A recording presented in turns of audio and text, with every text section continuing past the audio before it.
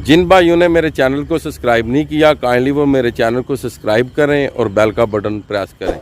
बहुत बहुत शुक्रिया जी, मेहरबानी कि आपने मेरे चैनल को सब्सक्राइब किया और बेल का बटन भी ऑन किया। तो चलें जी वीडियो करते हैं जी शुरू। तो बिस्मिल्लाहिर्रहमानिर्रहीम, अस्सलामुअलैकुम जाइली हक हैदर।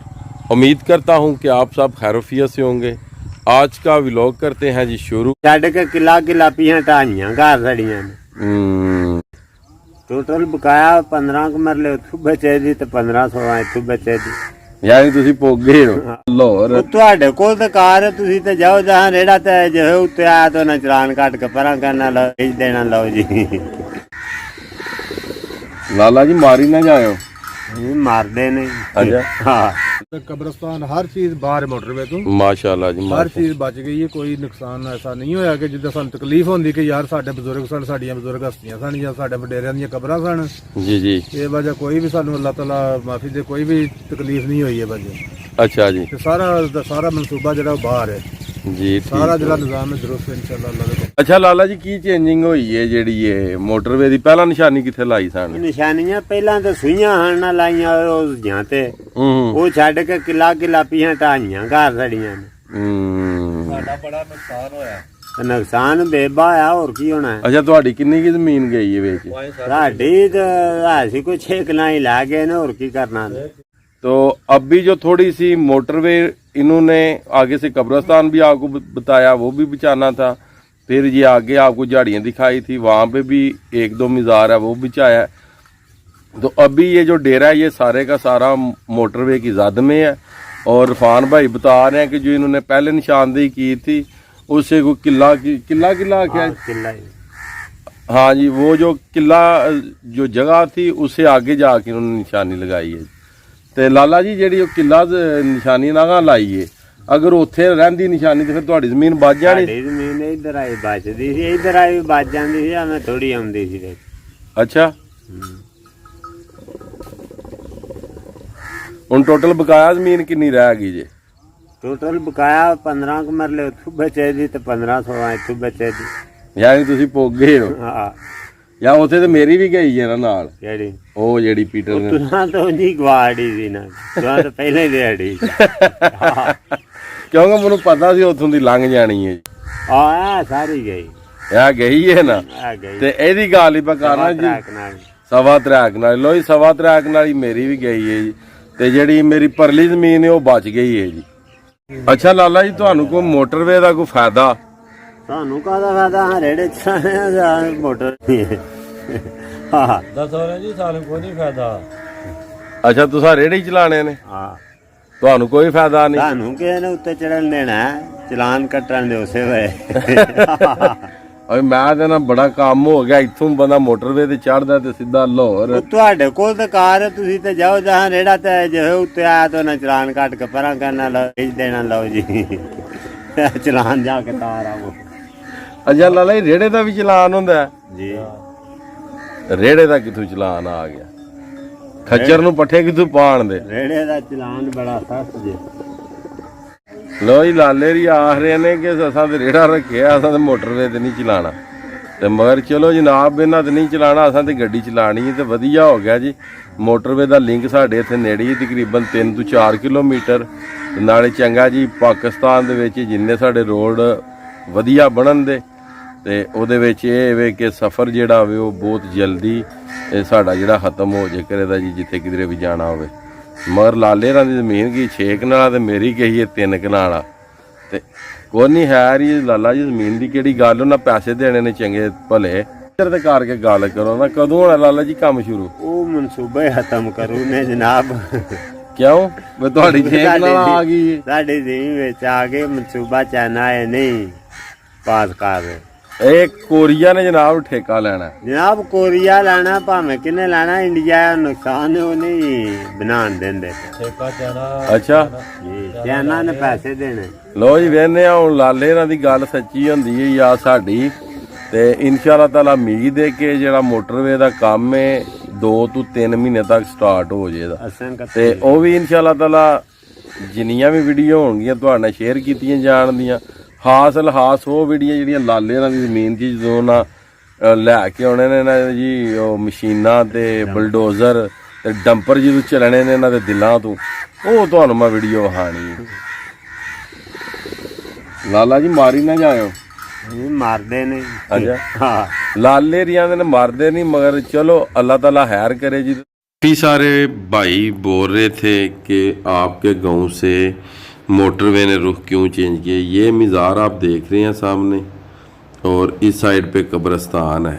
मैं आज आपको बताऊंगा वजह कि मोटरवे ने रुख क्यों चेंज किया। ये कब्रिस्तान है, ये आपको कब्र नज़र आ रही होगी जी, जैसे कि ये यहाँ से लेके ये सारा कब्रिस्तान है जी, ये वाला, ये जहाँ तक कैमरा जा रहा है ये सारा कब्रिस्तान है। आपको नज़दीक जाके भी दिखाता हूँ जी।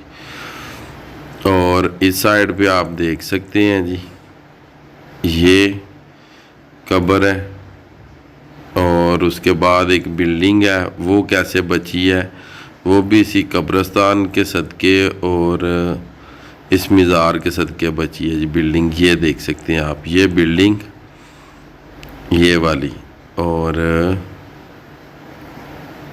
ये कब्र जी।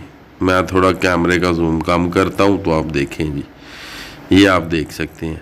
ये बिल्डिंग और कब्रिस्तान तकरीबन एक ही लोकेशन में थे। तो ज़ाहिर सी बात है मोटरवे जिस जगह से गुज़र रही है वहाँ से ये है कि ना तो कब्रिस्तान बीच में आ रहा है और ना ही कोई मीज़ार बीच में आ रहा है।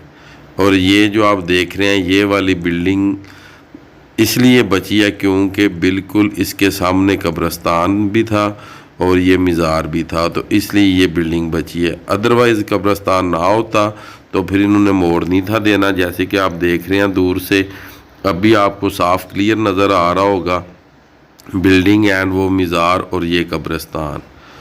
तो ज़ाहिर सी बात है जो मोटरवे है ये कब्रिस्तान में से तो नहीं गुज़रनी ना, मोटरवे तो गुज़रनी है उस जगह पे जहाँ से कब्रिस्तान नहीं, मस्जिद नहीं। ये आप सामने देख सकते हैं, मीज़ार थोड़ा आगे है, बिल्डिंग थोड़ी पीछे है। तो अगर बिल्डिंग आती है तो मीज़ार भी सारे का सारा आता है। ये जो कब्र आपको नज़र आ रही, एक के बदले दो कब्रें वहाँ पे बनी हुई हैं, तो और आधे से ज़्यादा ये कब्रिस्तान भी आना था। ये जो आप घर देख रहे हैं ये वाला डेरा टाइप, ये भी आना था, ये भी आना था, ये भी, और उसके बाद कब्रिस्तान भी जैसे कि मैंने आपको दिखाया। ये आप देख सकते हैं दो कब्रें यहाँ पे बनी हुई हैं। इसलिए जब उन्होंने सर्वा किया था तो सर्वा ही उन्होंने इस हिसाब का किया था कि ये सब कुछ बीच में ना आए। वो नीचे भाई हैं तो नीचे जाके चलिए उनसे भी बात करते हैं, उनसे भी पूछते हैं जी। अस्सलाम वालेकुम जी। जी वालेकुम सलाम। सुनाओ चोई साहब, सुनाओ ठीक हो? अल्लाह दा करम ਤੇ ਕੀ ਬਣਿਆ ਪਹਿਲਾਂ ਬਿਲਡਿੰਗ ਵਿੱਚ ਸੀ ਤੇ ਹਾਰਸ਼ਾ ਵਿੱਚ ਸੀ? बस सरकार कुछ खबरां पहले इस तरह दी फैलियां सी, ਅੱਛਾ कोई चलियां सी कि जी ये कब्रिस्तान ही विच आ रहा, टिब्बा विच आ रहा, अगों साडा ਉਹ ਵੇਖੇ ਜੇ ਸਫੈਦੇ ਨੇ ਕਿ ਸੜਕ ਦੇ ਨਾਲ ਉਹ ਜੀ ਜੀ ਉਹ ਪਿੱਛੇ ਜੀ ਸਾਹਮਣੇ। ਸਾਨੂੰ ਕਿਸੇ ਨੇ ਦੱਸਿਆ ਜੀ ਉਹ ਵੀ ਤੁਹਾਡੇ ਵਿੱਚ ਨੇ। ਅੱਛਾ ਅਸੀਂ ਕਿਹਾ ਚਲੋ ਕੋਈ ਗੱਲ ਨਹੀਂ, ਜੋ ਕੁਝ ਵਿੱਚ ਫਿਰ ਸਰਕਾਰ ਦਾ ਕੰਮ ਹੈ ਨਾ, ਗਵਰਨਮੈਂਟ ਦਾ ਕੰਮ ਹੈ। ਹਾਂਜੀ ਅਸੀਂ ਹੁਣ ਛੋਟੇ ਜਿਹੇ ਥੋੜੇ ਜਿਹੇ ਨੁਕਸਾਨ ਵਾਸਤੇ ਸਾਡਾ ਮਨਸੂਬਾ ਥੋੜਾ ਚੇਂਜ ਹੋ ਸਕਦਾ ਮਨਸੂਬ, ਕਿਉਂਕਿ ਸਾਡੇ ਪਾਕਿਸਤਾਨ ਦੀ ਤਰੱਕੀ ਦਾ ਕੰਮ। ਪਾਕਿस्तान ਦੀ ਤਰੱਕੀ ਦਾ ਕੰਮ ਜੀ ਜੀ। लेकिन अल्हम्दुलिल्लाह बिल्डिंग है, कोठी छोटी दरबार बाजार कब्रिस्तान हर चीज बाहर मोटरवे तो माशाल्लाह जी हर चीज बच गई है। कोई नुकसान ऐसा नहीं होया कि जिद्दां सानूं तकलीफ होंदी कि यार साडे बजुर्ग सन, साडियां बजुर्ग हस्तियां सन या साडे वडेरियां ਦੀਆਂ कब्रां सन। जी जी। ये वजह कोई भी सानूं अल्लाह ताला माफी दे, कोई भी तकलीफ नहीं हुई है वजह। अच्छा जी। ते सारा दा सारा मनसूबा जरा बाहर है जी सारा जरा निजाम है दुरुस्त है इंशाल्लाह अल्लाह के। तो मगर अभी वो बता रहे हैं कि अल्हम्दुलिल्लाह हमें किसी किस्म का कोई शिकवा कोई गिला नहीं जी।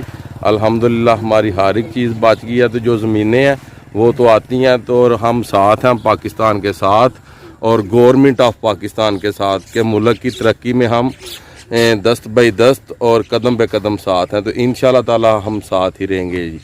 तो दूसरे नंबर पे शाहजी हमारा थोड़ी सी एक और भी रिक्वेस्ट है जी जी कि हम छोटे किसान हैं, जी जी, छोटे काश्तकार हैं, छोटे जमींदार हैं, ऐसे ही है जी, कोई बड़ा रकबा तो हमारा है नहीं, ऐसे ही है जी, और बाप दादा से यहीं के रहने वाले हैं, ऐसे ही है जी। ये इसमें से भी अभी हमारे पास जो अपने बाप दादा की जायदाद से जो प्रॉपर्टी है उसमें से तो इतनी कोई लंबी चौड़ी है ही नहीं।